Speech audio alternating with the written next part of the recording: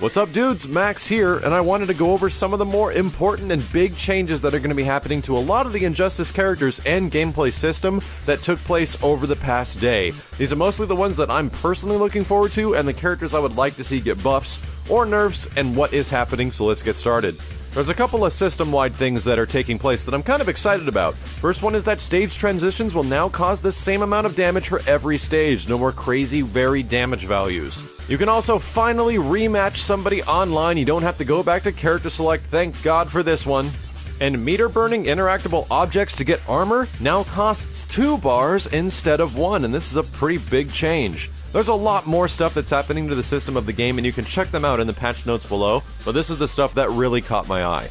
Now moving on to characters, the first up is Ares. Ares was one of those that you saw quite a bit when the game first came out. He had this almost unblockable setup that you really couldn't do much about unless you had a very, very specific time backdash or a jump, and they nerfed the crap out of that, and the character was kind of lost. But now he's gotten several adjustments, and between a lot of the characters in the cast, he's one of the ones that received more benefits than many, and I think Ares is going to show up on a lot more character rosters and in tournaments nowadays. Now I usually don't get too excited for nerfs, but when it comes to Superman, I couldn't wait to see what they do to bruise this guy's face into the ground. First up, his forward 2-3 isn't nearly as good as it used to be. The distance and range has been nerfed quite a bit. And of course, his super is no longer the fastest freaking thing in the game. It now takes a little bit more startup time, and it doesn't zip across the entire screen in a freaking heartbeat.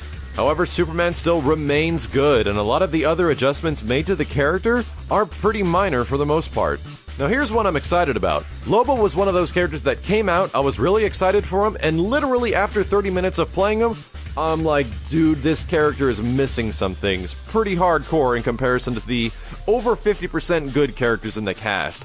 And it turned out to be true in the long run. Lobo was one of the bottom tier characters in all of Injustice, and they took that to heart. You'll notice that the damage values, the usability of some of his traits, and a lot of the different aspects of his combos and overheads have drastically changed, and Lobo looks like a pretty freaking fantastic character right now. I can't wait to jump back in and maybe do a repeat week of Lobo, where we finally get some work done. Now Black Adam has not been absent from many tournaments ever since the game has come out. He's been a predominant character that's been in many rosters and has been seen throughout all these top 8s that everyone knows that Black Adam is that good, and that foot dive is really hard to avoid. And it seemed like Black Adam was getting a lot of nerfs, for what I've understood about talking to some Black Adam players, that he's actually gotten some buffs on top of his nerfs. So he's lost a little bit of mobility, he's lost a bit of frame advantage on some moves, but they changed some aspects of combos, so he just has to do things a little bit differently now. We'll see how much this affects his ranking as a top tier character in the game though.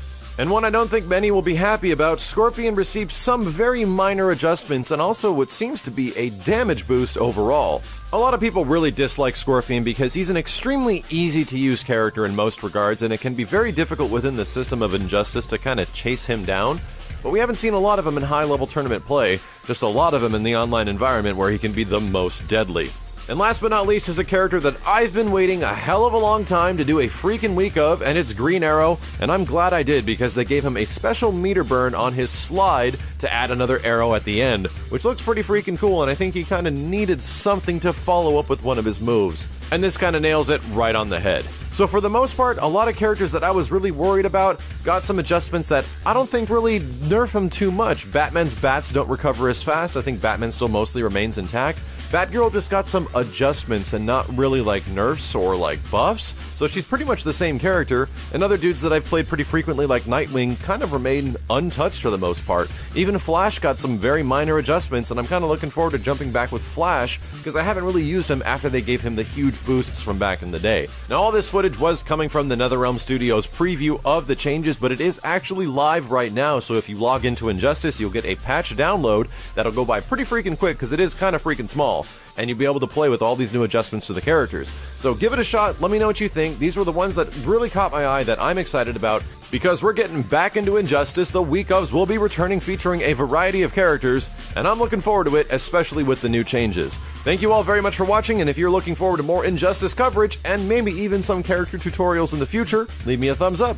My name is Maximilian, and I'll see you guys very soon.